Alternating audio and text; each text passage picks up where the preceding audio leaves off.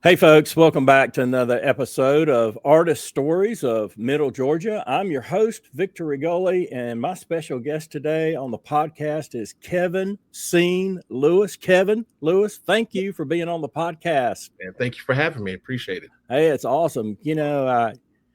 We haven't actually met in person, but we chatted a little bit before we got started here. I feel like I've known you for a long time. Appreciate that. It's just comfortable talking with you and everything.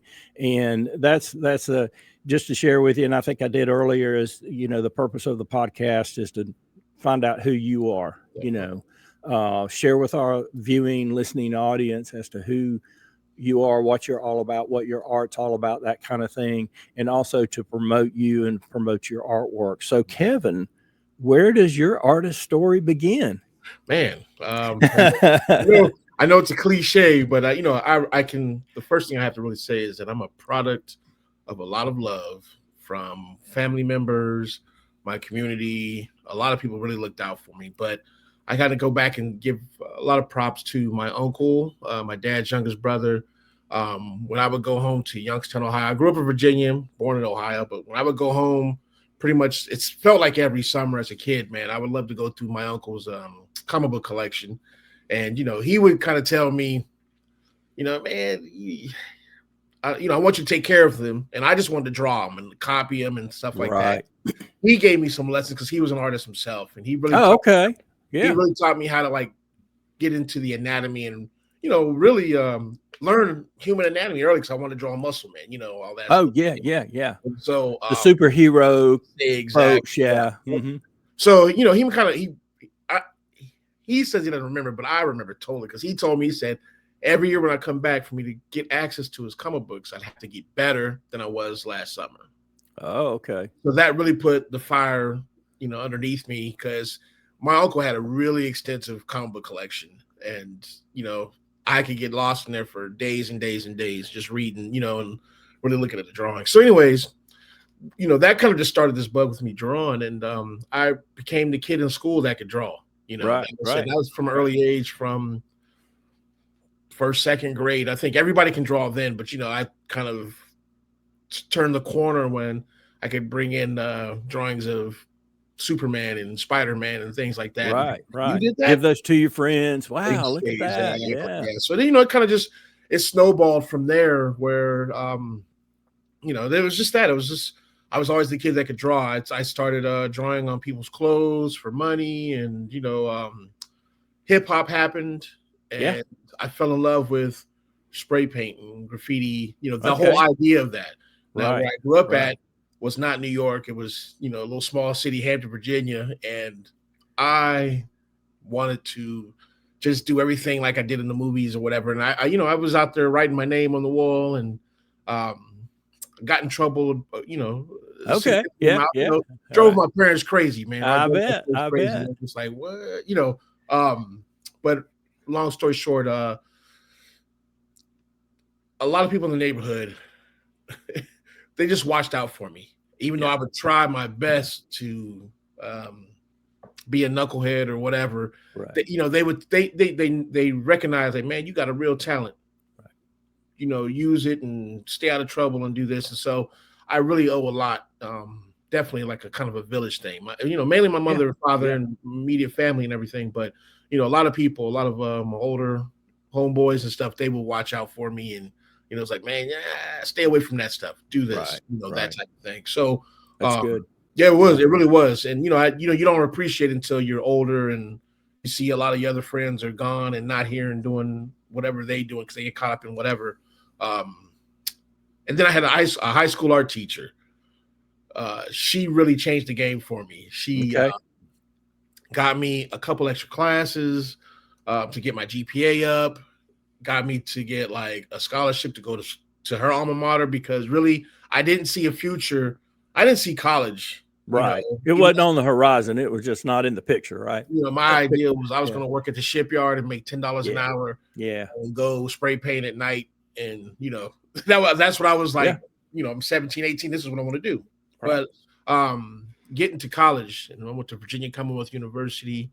That was a mind-blowing experience for me because, let alone Richmond, which is the cap, it felt like the big city to me. Oh yeah, and yeah.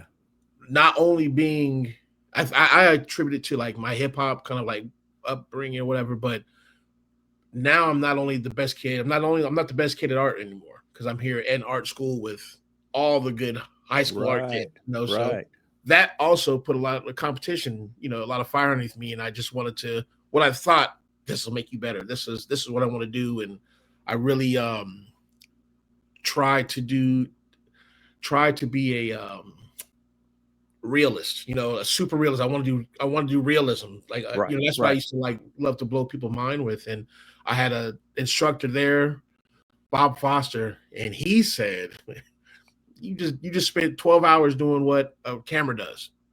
Yeah.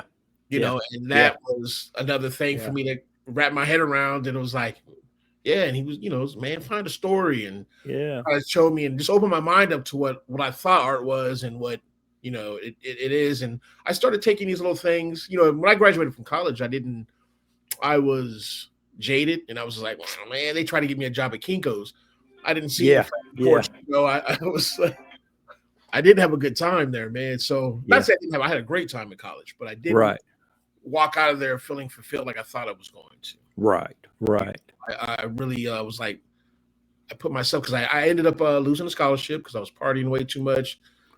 Cautionary tale, young kid, you don't handle responsibility and all that. But I ended up taking student loans and all that stuff, man. And when I came out of school, I came out pretty much. I'm not gonna say the top of my class, but I was up there. Up there, pretty good. Yeah. Okay. I was pretty good. Yeah. When I saw what my bill was gonna be, and this was back in 1998, and I'm like, I'm supposed to be in-state tuition. Why do I have this much? I took courses to catch up for my freshman year, and man, I tell you, I was a little upset because all of the artists that I looked up to, and they really did their own thing, or they found their niche, which kind of made them famous. And I say the most of them, art school wasn't big on the thing. They did a lot of self-exploration and stuff. So, excuse me. That's what I thought. I was just kind of like, oh man, I don't want to. I'm better than that. I got to find better than that. So, I was going to go to California. It's either New York, California. I've been to New York. Right. And I was like, me and my other friend, I was like, man, I'm going to go to California. And we had another friend out there in Huntington Beach, and we were going to make it big in California. Yeah. There you go. Yeah. That was the great plan, but my car breaks down in Kansas. Oh, wow. And I didn't make it there. I made it to Colorado, which was a blessing because I had family there. It was a blessing. I met my wife. Oh. I met my wife, probably a couple years later. Another kind of tale for young artists and stuff like that is when I got to Colorado, I was a new guy on the block. I sold a painting for a good amount of money, a lot of money, and didn't sell anything for the next 2 years. Yeah. You were the starving artist, as they say, right? Definitely that. Yeah. Man. So, the next time I did sell a painting, I sold it for like maybe $100 trying to keep my lights on in my, apartment, and that was humbling. That was really humbling. Meanwhile, my friend that went to California, he disappeared. Never heard anything from him. But like I said, I met my wife I met my girlfriend at the time, and we just kind of hung out and got married a couple years later. And she was in the Air Force. Oh, okay. So we got to travel all over the world once we got married and everything. Wow. And that was always dreamed about doing that, but never saw a path to. And here I am, not only I'm not in the military, but my wife is, and I'm kind of like I loved it because I was walking through Europe. We were stationed in Germany twice, and I was able to see all this old school artwork. Just the way that art is kept up in Europe versus America is totally different. A lot more artists that are able, I guess, to say live. I'll say that, there's a living wage for artists and everything. It's a lot more common in Europe than over here. So those are the things I kind of got used to. And my wife was there for 20 years, so I wasn't a full-time artist. I was never a full-time artist. I was just kind of mainly because I was over in Europe. It would go against some rules. I didn't have a European license or a German, business license, things of that nature. Right. Couldn't really not to say I couldn't make him. I could have, but there was a lot more hoops and stuff to go over being a military dependent. I can imagine. Yeah. Yeah. So whatever happened after that was, my wife did 20 years in the Air Force. She's originally from Georgia, Dooley County, Okay. Georgia. And when she retired, man, we came back and, it's, I told her, I said, let me, give me 1 year to see if I can be this full-time artist. I said, the itch has always been there. I was like, I'm retired. I know got the opportunity now. Yeah. Let me just step out here and do that. And so I was kind of like, I was ready to do Atlanta. I was ready to just had it in my mind. It's like, okay, I'm going to have to show in Atlanta. And I stopped in Macon, and Macon was a great little town. I mean, everybody was very welcoming, all types of opportunities, and I was just, it wasn't the normal pretentious crowd that I received in other cities that we've lived. Okay. Say it like that, because I did live in DC, in the DC area. I'll say that. And, I literally had to carry some dude's paints around for like a year before I would get an opportunity to even show what I could do. Because it was about who you knew and who represented you, and all this before, but other than what you did, what right. Table and stuff. You kind of had to be in the tribe or be in the clique. And it was hard to get in that and get your foot in there. That's definitely the way I felt. Yeah. And even in our brief time that we lived there in that area right outside of DC was I found my tribe there, and I found my niche to jump in, which ended up being live painting shows and stuff. We would do hip hop shows and stuff, and I'd be on stage off to the side, and while the show's going on, I'm creating something.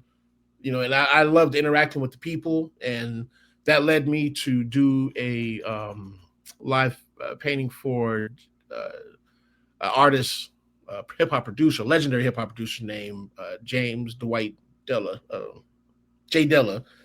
And he's, in the hip-hop circuit, he's very famous. But anyway, I did this event for him.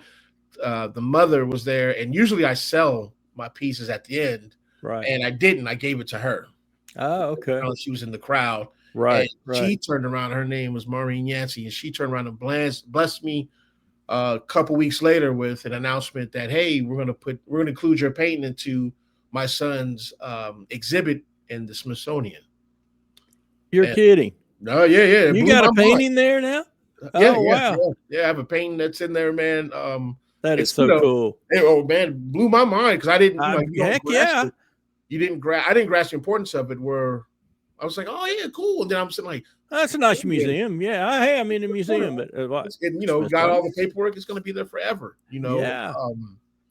That's awesome. I did that. Right. Pat yourself on the back. I had a little bit of that. Yeah. But that was also one of those times where it was an affirmation from upstairs, where it's like, man, you're on the right path. Keep doing this. Right. Even though all these little things come up, and like I said, with the wife and her career, we had our children. Art was always there in the background, but it was never the main breadwinner for me. Right.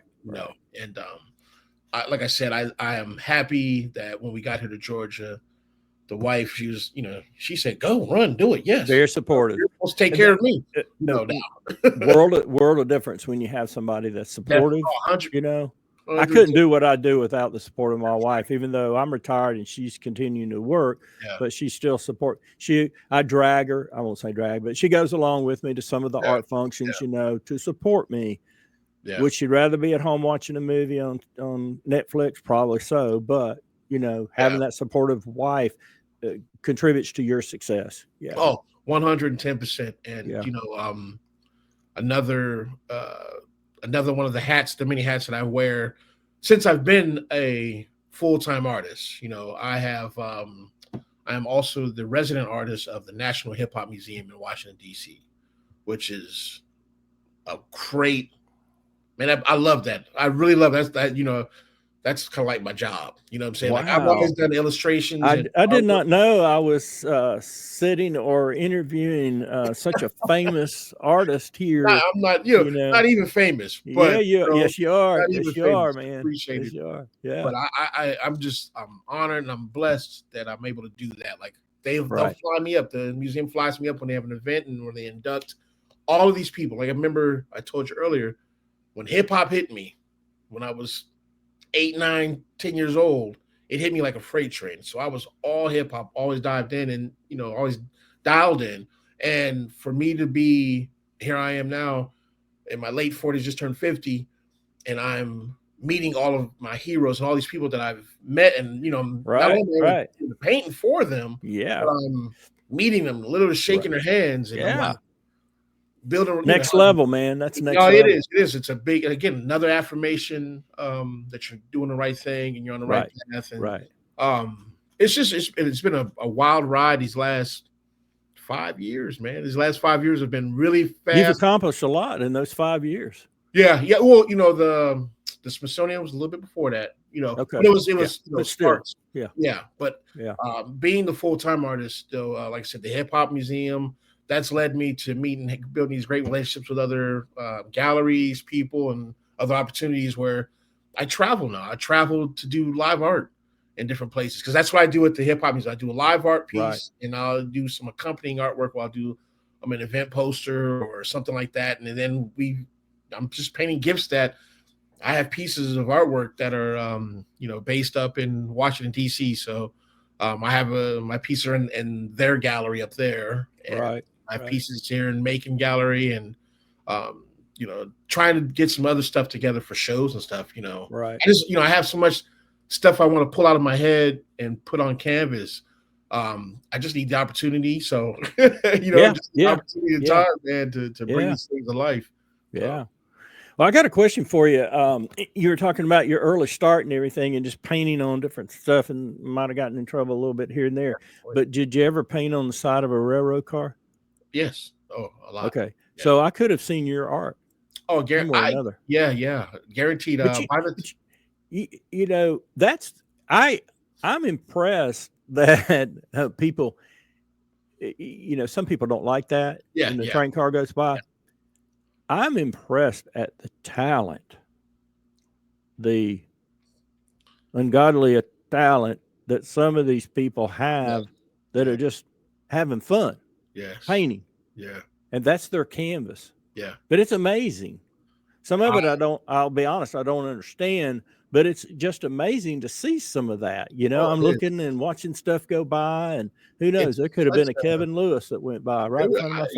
I know I'm on a couple. I know I'm on. Yeah. I know I'm on a few of them. I know that for a Okay. fact. Okay. But Yeah. the thing for me is that, and along my journey, when I look back, I always meet someone else that's, another artist, a fellow artist, and they're in it a whole level above me, where their commitment and the thing that I see is, or that I understand now is like, they have this level of commitment to just this craft. Just as, there was a young kid that I met when I was graduated in Colorado now. I have these hip hop roots, and I don't really know anybody, but I end up running into this graffiti crew in Colorado, in Denver. And actually not Denver, I'll take it back. Colorado Springs. Let me be Okay. straight. Colorado Springs, and I'm thinking like, oh, that's a small little town. Like these guys don't know nothing about hip hop. But I met this young kid, man. He's a legend. His name is Minus. God bless. He's not here anymore. But when I tell you the amount of talent that he had, no schooling, he dropped out of high school. Oh, wow. But he was so talented in the things that he can achieve with an aerosol can, which, again, I really thought that, here I am. I have this background, I'm a lot older than him. He's like my little brother, but he was showing me this because he had this devotion to this craft, and which was strictly graffiti, and was just a totally different subgenre in hip hop that I thought that I knew, but he's I'm like, whoa, you guys are really, really living this. We got to the point where I was like, man, I got to get back to the drawing board. Do I really want to do this, or do I really, I had these things I had to answer because, you know, with that commitment comes you're gonna lose out on some things. That's You right. know, That's right. Yeah. you know, you're gonna lose out on some things. But the ones that make it to that level, there's this commitment where they kind of throw other things away, you know, or not throw other things away, but you know, they're not that important. They don't hold the important that Right. other Right. people do, Right. you know, and Different priorities and things. Yeah. definitely that's what I Hmm. was going to say. You said it Yeah. right there, man. But Minus, man, he was a big influence on me. We lived together for a little bit in the Springs, man, and he tragically lost his life in a car accident, man. It was just Oh, I'm a sorry. waste of Yeah. I hate talent, that. man. And, Yeah.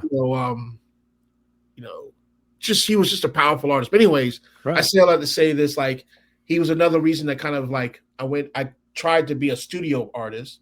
Hmm. Brought me right back into hip hop and graffiti. And you know, it's like, man, I can't get away from that. And then once I found out that he passed, it's one of those things that I was like, I always want to kind of stay true to him because we would have all these great talks and build a lot about hip hop and where I was coming because I was lived on the East Coast, but he lived out on Right. the West Coast, and you know, our worlds collided with graffiti and you know, just want to honor, keep honoring him and the other brothers that I have met because that led me to meet some great artists, you know, all over everywhere I've been.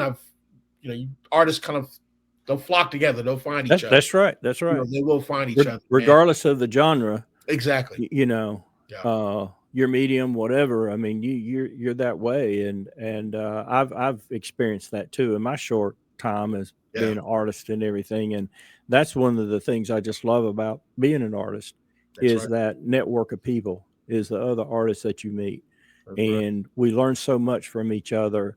Um, I'm learning so much from you just listening to you talk, and I can hear and feel and sense the passion I in mean, your voice yeah. for what you do.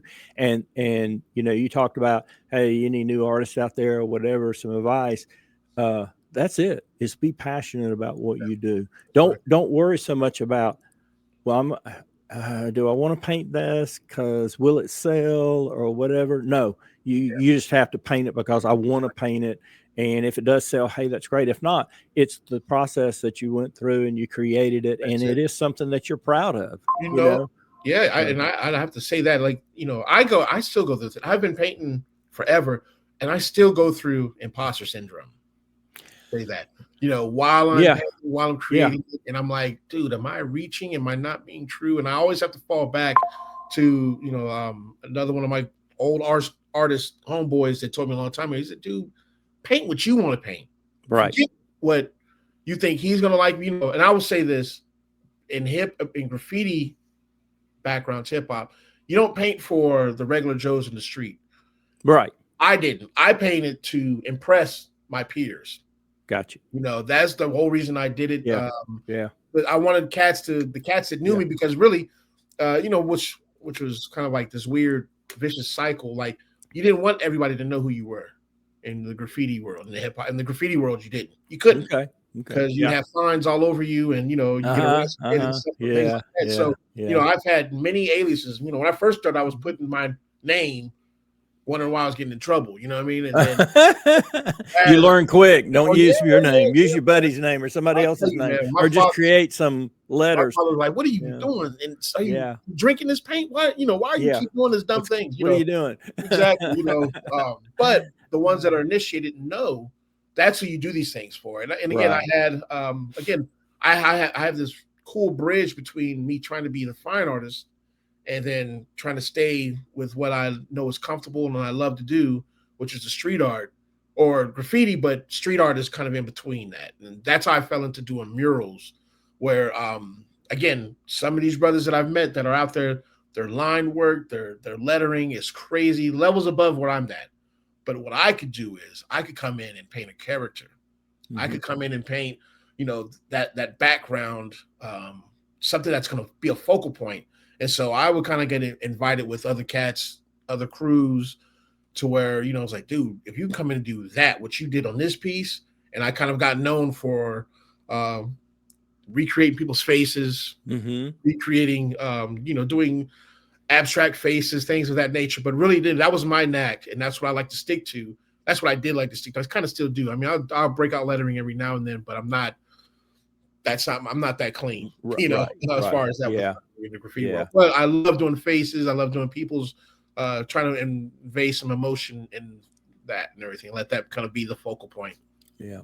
You've done some murals in Macon too, haven't you? Yeah, I've done. Yeah, yeah. Yeah. How Really, a lot many? more than I've done everywhere. Yeah. Talk about those and Yeah, where they're at. So people okay. that are in the Macon area can say, hey, I'm going to drive by and see that. I Gotcha. Yeah, probably have seen some of them, just may not have known it that was was yeah, you. yeah. Yeah. Let's talk about those. I think the most famous one, or the famous ones that I've done, there's the Quill.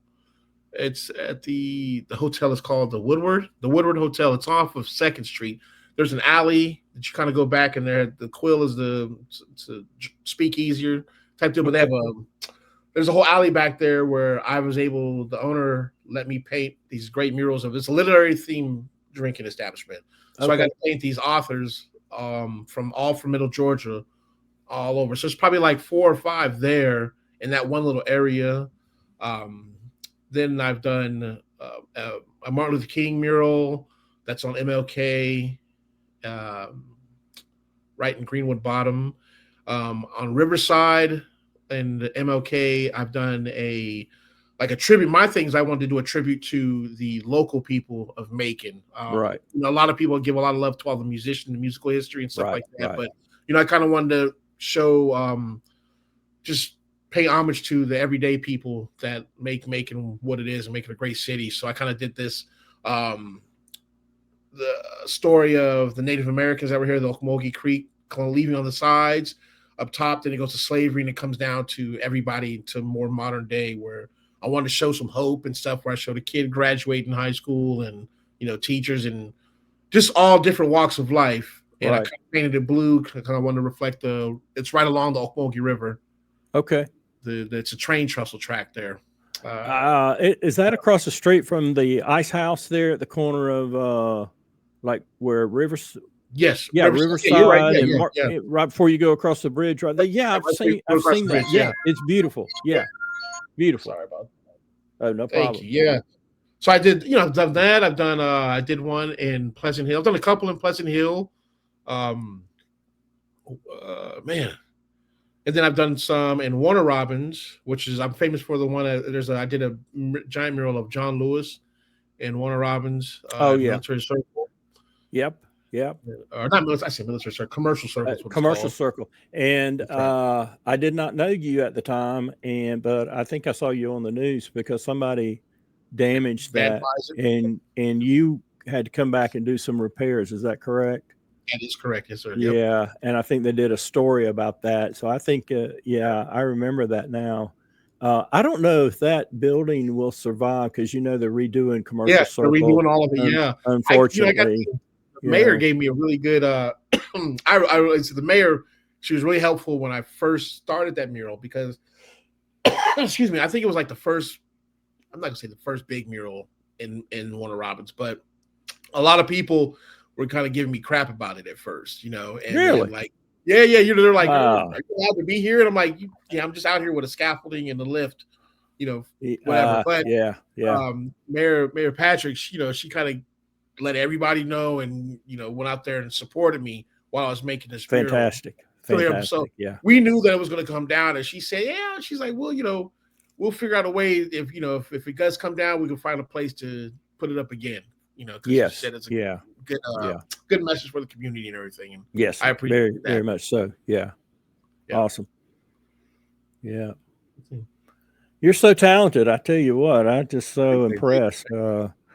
Yeah, the history there. That's what I love to learn from the different artists is, where their roots are, and Yeah. you've got some roots. And, I grew up, I was born in Bristol, Tennessee, and was there until about the second grade. We moved to Richmond, Virginia, my third year Okay. of elementary school. And, I can tell the story, and I do tell this to my kids. I did walk to and from school in the snow because we were just like 3 or 4 blocks away, and we walked to school every day in the rain, the snow, or whatever. But then we came down, to the south here, and I lived in Macon, went to high school in Macon, college in Macon, that kind of thing. But live down in Warner Robins now. But yeah, I just enjoy hearing people's stories and telling a little bit about their history and their roots and everything. And I appreciate you sharing all that with us and everything. I've got some art here I want to Cool. show. I'm going to bring this on here so you can talk about these pieces, and we'll just kind of go through them. We're gonna probably go in the reverse order in which I Okay. showed you probably earlier. But if you want to talk a little bit about each piece and Yeah. what motivated you to paint that, and what do you use acrylic paint, or is there a special paint that you use? Is it I use spray whatever paint, paint I can have. whatever you can get? Yeah. Whatever I can get Okay. my hands on. I Okay. prefer, I would love to do everything in oils, but usually Right. what happens is I'm running out of time, and so acrylics I can Yeah. do really Yeah. fast, and I'm really, Right.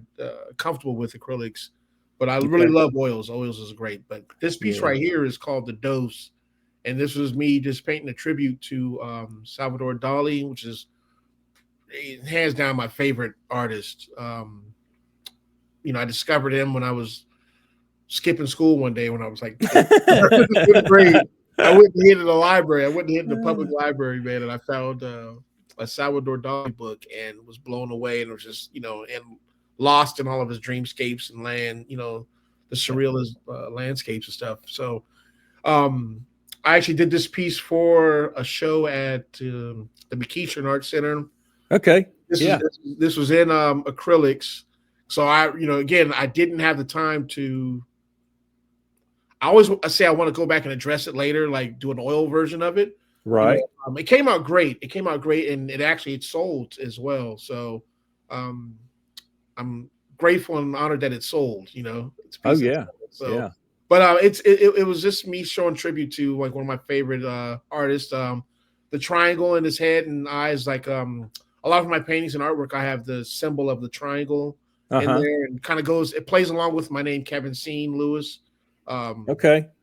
And Scene has a whole history to it later on. Maybe we can talk about it later. Yeah, But let's talk about that yeah, after we look at your yeah, artwork. I want to know how you came up with that and how that's yeah. part of your name there. So, But that's yeah. that's a familiar thing. I think that'll kind of track not necessarily the third eye, but the triangle. You're going to see some type of element in that in all my pieces. Okay. Yep. Okay. Cool. Cool. All right. Let's talk about this piece here. Yeah, this one is called La Bruja, and which is Spanish for the witch or whatever. But I just wanted to paint this like she's a healer.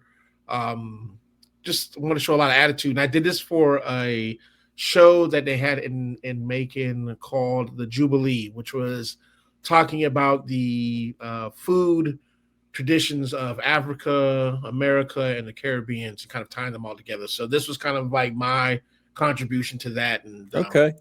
Yeah. wanted to kind of show the link between the old world, Western world, and new world. Gotcha. What we're doing now. Gotcha. Cool. All right. This is down at Grant's Lounge, and you did that all above the stage there. Yeah, area. I didn't do all of it, but I did Okay. especially the middle section, the face. Mr. Okay. Grant. I Okay. partnered with. This is one of my early jobs when I first got to Macon. Partnered with Johnny Mo Malika. He's like my mentor. I call him my dementor. He's a great dude, man. He showed me a lot. He's introduced me to a lot of people in the art world here and everything. And that was I'll have to try to get Johnny on my podcast. Yeah. Yeah, he's an awesome guy, man. He cracks me up, man. Yeah. Cool. Cracks me up. Cool. And this piece is called Amazigh Liberty. And that's the image of my daughter. I took a picture of her, that she was my model. But the storyline behind this piece is I was able and very fortunate to travel to Morocco.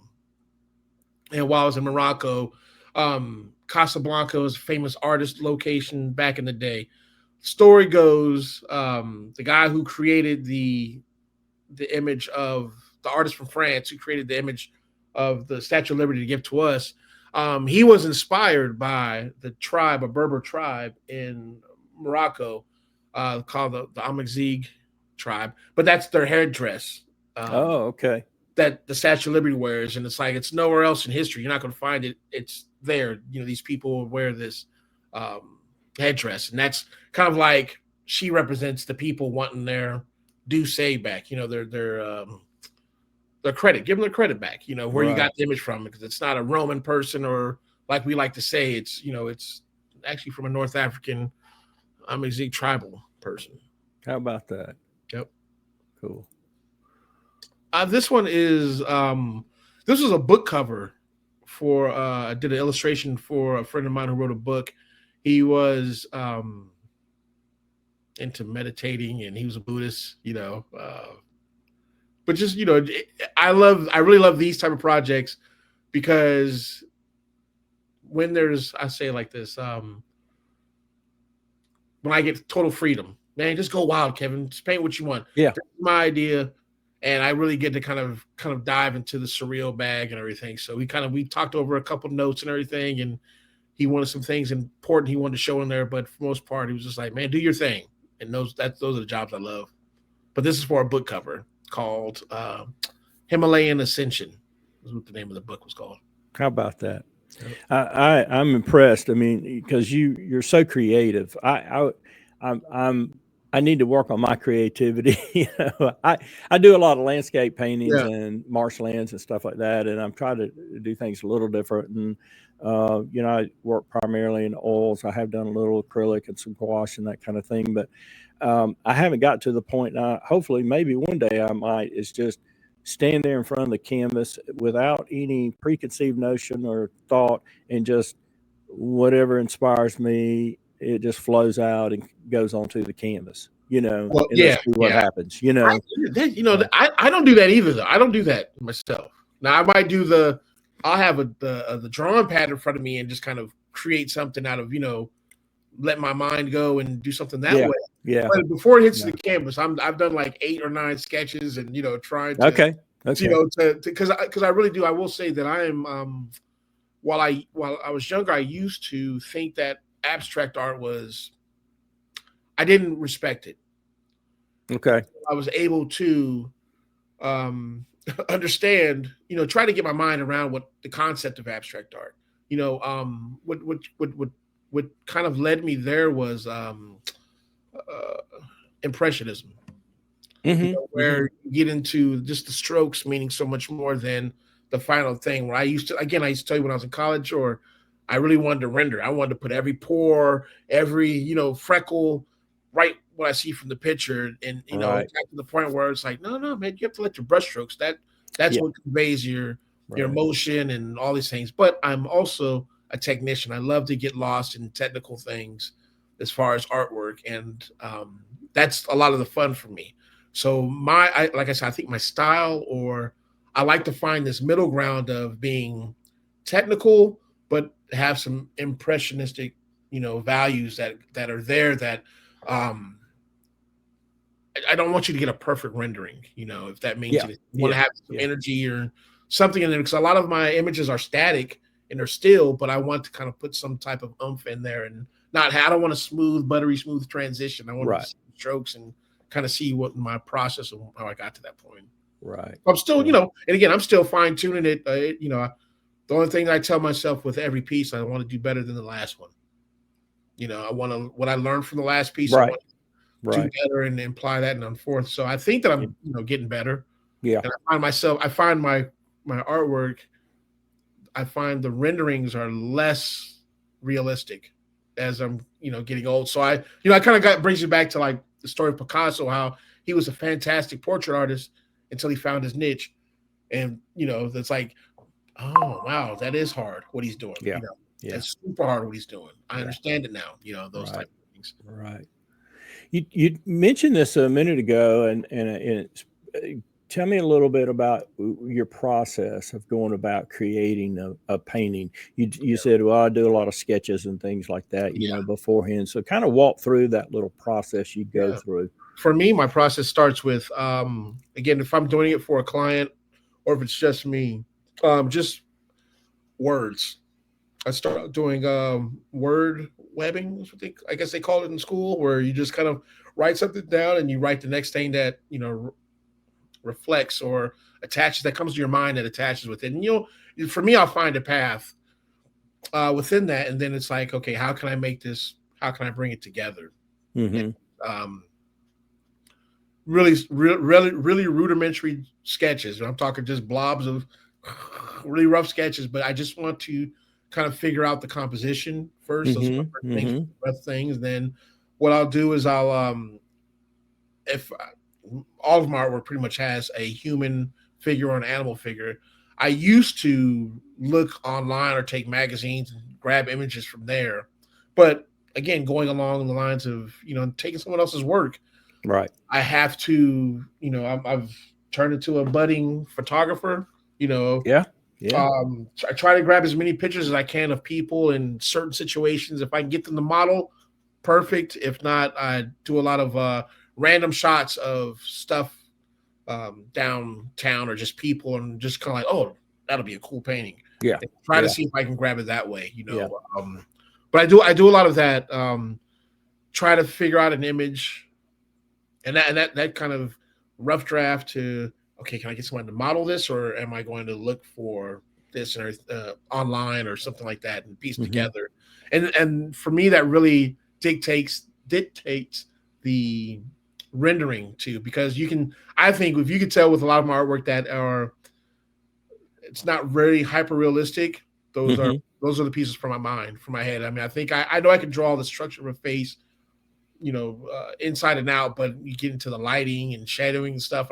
My goal is to try and do it if I can do it from my mind, but know the principles of light and how light hits things, make it look like, oh man, that's there, that's it, Mm-hmm. and Mm-hmm. it could possibly come from a photograph or something like that, Yeah. Yeah. But that's always kind of been my goal, and then I love juxtaposing that main image with some type of surreal background. So I always go through these different levels and just thinking like, okay, yeah, how can I make this and make it come together? Totally not realistic. I'm not doing full landscapes that I've Right. done that, but Right. I always want to put something. I want to juxtapose something with each other. Yeah. Yeah. Yeah. Well, thanks for sharing that. Yeah, because I think majority of successful artists do have some type of process they go through. Oh, most definitely. Yeah. From A to Z or 1 to 20 or whatever it is, and it comes back to what's my subject matter, Mm-hmm. do I have an idea of something, or is it, a landscape that I want to do or whatever, and you may have several different photo references and everything. And so, oh, I like the trees in this, I like the mountains, and I'm just using landscape as an example. But that's what I do, though. Yeah. And then it's like, okay, well, let me start sketching some things out, and I'll do that. And I came up with my own little process of, how I go about, painting something. Okay, what's going to be my focal point? Where does it need to be in the canvas? All that kind of stuff. And I found that the more I follow my process, the more successful that painting is, or the better it turns out. True indeed. If I start deviating too much, or if I rush too much, yeah, I leave out a step and it's like, I screwed up, and now I can't go back and do something about it. Now, one thing I do mostly in oils, majority of the time, and with oils, as you know, they're slow to dry, and I can wipe the thing off and start over. Yeah. And I've done that several times too. It's more forgiving, I'd say.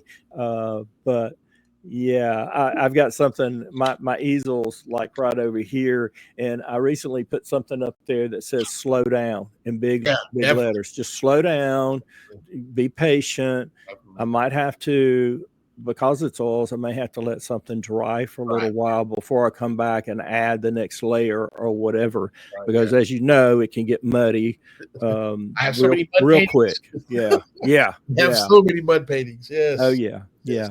Now, do you find, and I've talked to other artists about this, because I kind of relate art and music, songwriters to like artists that create paintings. How many songs does a songwriter write that either go in the trash can or just go in a file and you never hear them? Nobody records them, and then all of a sudden, hey, they wrote 100 songs and 3 made it to somebody bought them, recorded them, and they became top 10, things. And I think art and being an artist is kind of the same way. There's a lot of stuff that we create, but it doesn't get to the gallery. It doesn't sell, all that kind of stuff. Was it a waste of time? No. Yep. And just because we might not have liked it and it didn't turn out the way we think it might have turned out, somebody else may like it because it's like beauty. It's in the eye of the beholder, right? So I might see something you and I could be standing there looking at a painting, and it's like, I don't get it, Kevin. And you say, Victor, you don't see Yeah. whatever it is, and vice versa, Yep. because it can speak to people differently. That's right. That's right. Yeah. And I think your art speaks to people. They can relate to it. I think, especially like you were talking about that mural that you did down there at the corner of Martin Luther and Riverside and everything, and that can really speak. I wish people would take the time, stop, look at it, and take it all in, because there's a lot going on. There is in that mural. So yeah. Yeah, man. I definitely, I have so many paintings paintings and drawings that are just sitting in the background. Yeah. That are hanging up throughout the house. My wife and I both, we have a great, she's a great support, but she does tell me, she's like, no, you're going to make the one that's going to take you there. That's right. Said, all of these. Hey, you've got one in the museum in Washington, D.C., dude. You could retire right now and said, I wish I did it. Me. Yeah, I wish they paid me, but But yeah, I definitely agree with you. I mean, it's just you take 100 swings, and until you hit that one home run. But then, what I think is beautiful is that people will have an opportunity to go back and look at, I can see how he got to that swing.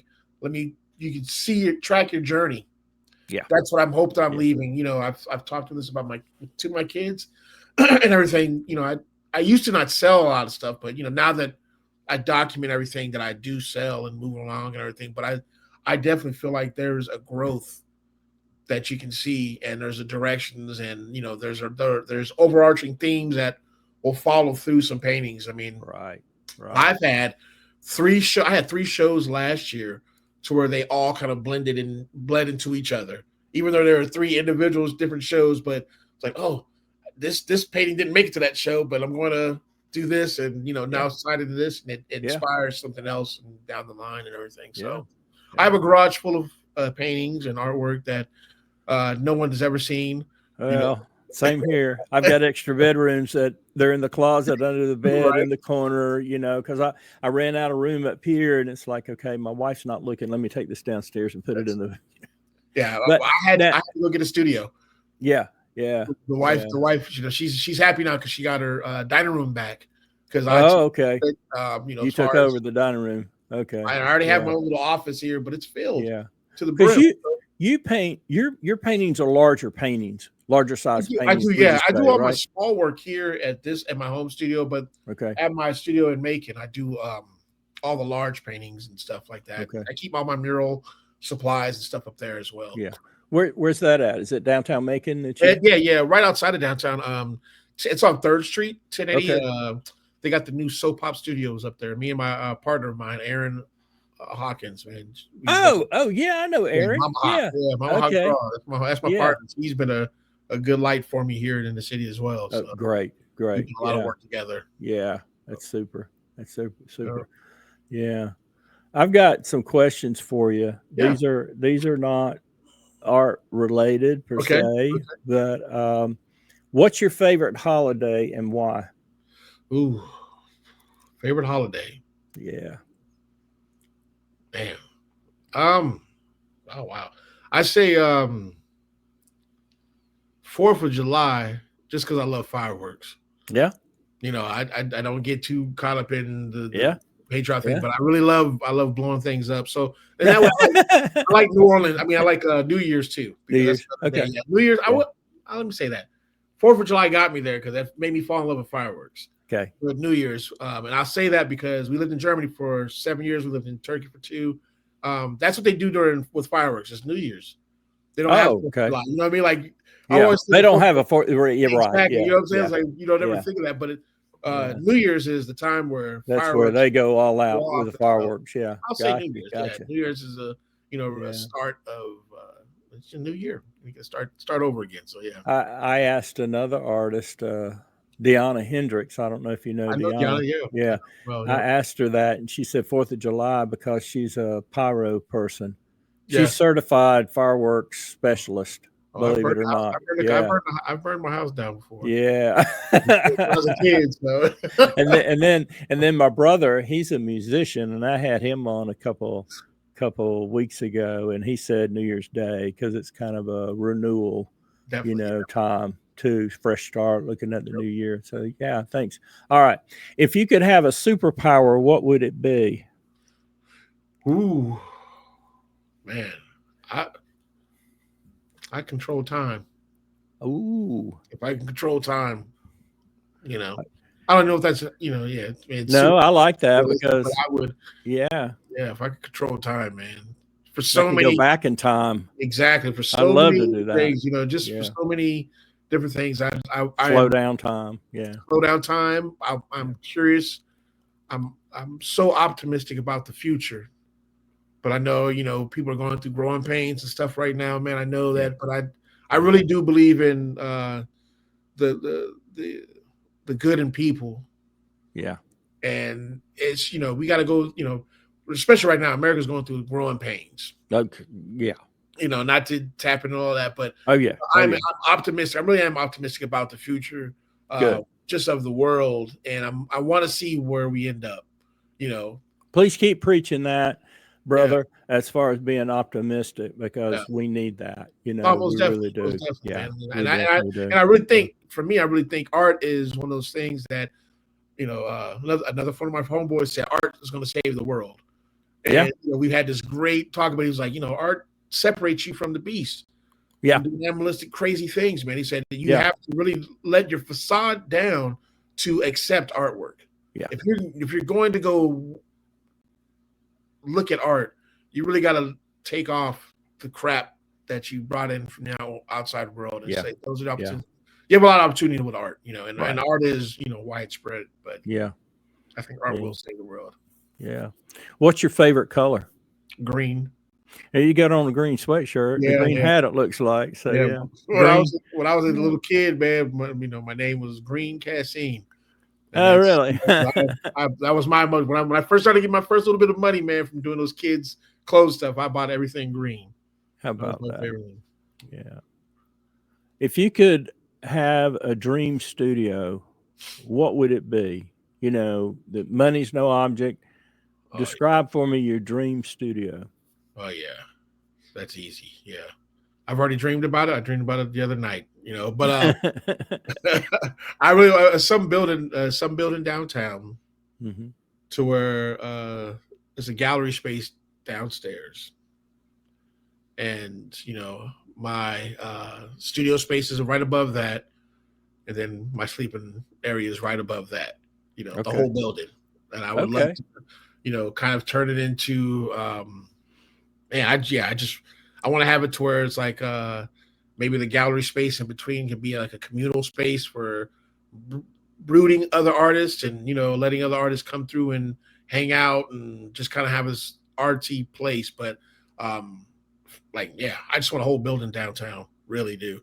But one that I don't have to drive to. I can walk downstairs and boom, boom, you know, Yeah. maybe take over the balcony and turn it into a loft type deal. But I just I'd have a gallery space downstairs where we have rotating shows for other artists and things like that. Oh man, I love that. Yeah, I'll keep my fingers crossed appreciate it. and That's my send you good goal. vibes to make Yeah, something like that it's my happen for goal, you. though, man. It really is. This really is my I goal. learn a lot from other people, and asking that question. Yeah. You know Eric Odell? You know Yes. Eric? Yeah. Yes. Yes. Have you been down to his studio up there on Cherry Yep. Street? I have. Yeah. I love that Yep. area. I would for me personally, I'd like to have something kind of like that. But Same. in a way, he's up a floor or two. I Yeah. can't remember how high it goes up, but he might be I on the remember top floor. those stairs were rough though. I remember that. They are rough and they're tight too. Yeah, they are. He has no heat in there. I Yeah, don't know that I'd exactly. last very in Exactly. these Georgia Updated. summers, man, Right? humidity, No forget doubt. that. But I like the setup, because he's Yeah. got in the far back, if you remember, he's got like the little lounge, I'll call Yep. it. You can Yep. sit, relax, take a nap if you want to, watch something on TV or whatever.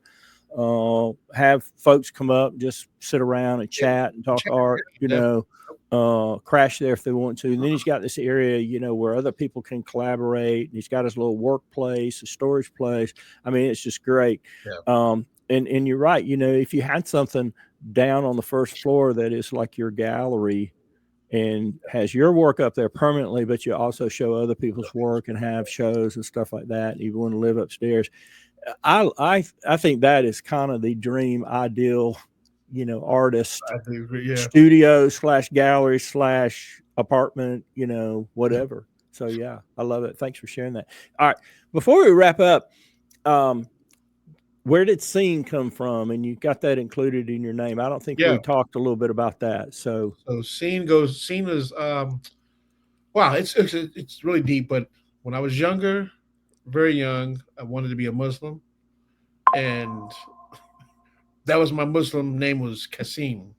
Okay. Yeah, at first, and then it led to again hip hop hit. There was another artist named Scene. Everybody called me Kasim. I kind of just kept that going.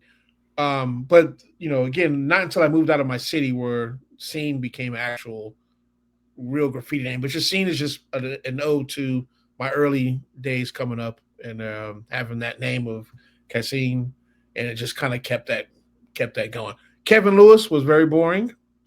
Just straight Kevin Lewis was very boring. I think Junior and all that stuff, and Kasim, was a little bit more spicy, a little dangerous for me at the time, and so that's where that came from, and it just stayed with me. Like all through college, I was like, no, Kevin Lewis, no, my name is Kasim.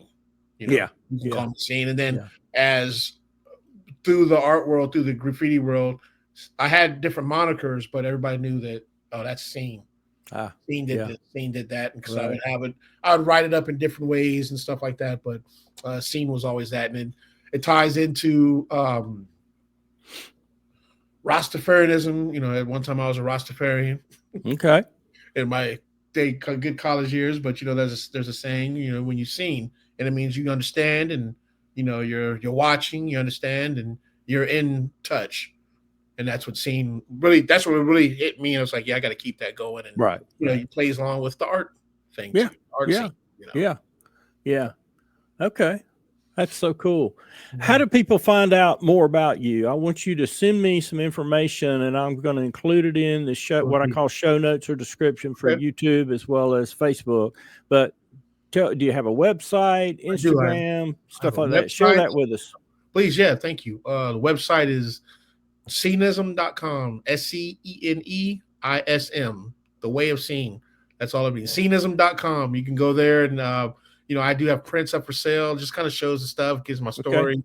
It links to all of my socials, which is Instagram. Instagram is Scenism7 art.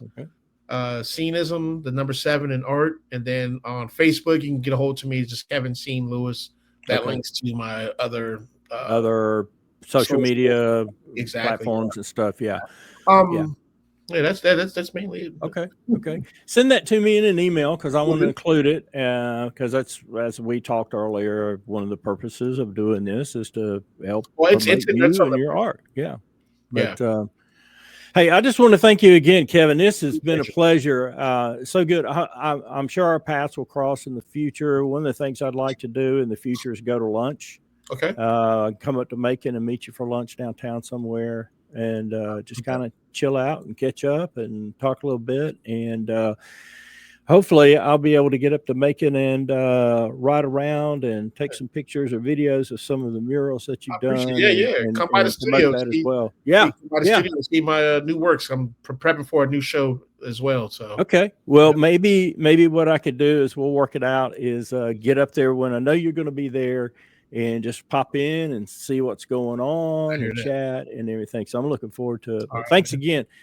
Thanks. And thanks everybody for tuning in and joining another episode of Artist Stories in Middle Georgia. Please give us a thumbs up, subscribe to the channel. We're trying to help the channel grow.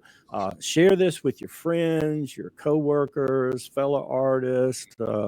Get it out there. We want to help promote the artists in Middle Georgia area. And this is one of the great ways of doing that. But take care, everybody, and take care. Kevin, thanks again for being on the podcast. And we'll see you guys in the next episode. Take care, everybody. Thanks for joining us for another episode of Artist Stories of Middle Georgia. We really appreciate our audience and would love to hear about other artist stories you'd like for us to share.